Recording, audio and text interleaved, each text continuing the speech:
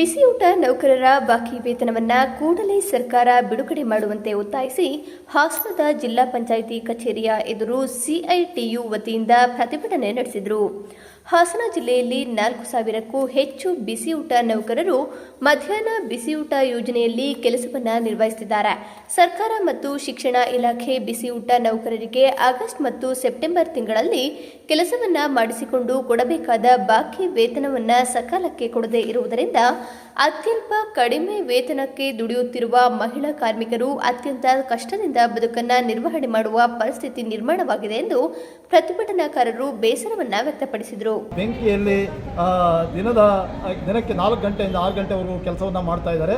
ಅವರಿಗೆ ಕಳೆದ 2 ತಿಂಗಳ ಬಾಕಿ ವೇತನ ಇನ್ನೂ ಕೂಡ ಕೊಟ್ಟಿಲ್ಲ.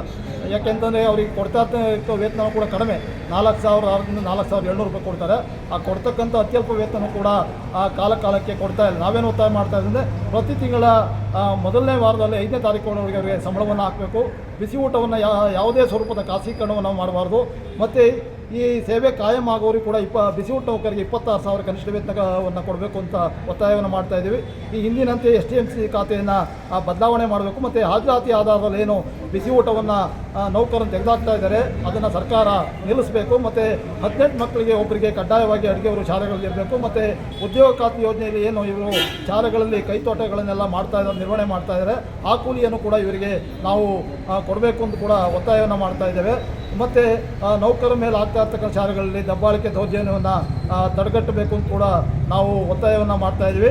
ಮತ್ತು ಯಾರೆಲ್ಲ ಈಗ ನಿವೃತ್ತಿಯಾಗಿದ್ದಾರೆ ಅವರಿಗೆ ಇವೆಂಟನ್ನು ಕೊಡ್ತಾ ಇದ್ದಾರೆ. ಆದರೆ ಸರ್ಕಾರ ಒಂದು ದಿನಾಂಕವನ್ನು ಕಟ್ ಆಫ್ ಡೇಟನ್ನು ಮಾಡಿದ್ದಾರೆ, 31/3/2022 ಅಂತೇಳಿ. ಅದನ್ನು ತೆಗೆದುಹಾಕಬೇಕು ಅಂತ ಕೂಡ ನಾವು ಒತ್ತಾಯವನ್ನು ಮಾಡ್ತಾ ಇದ್ದೇವೆ.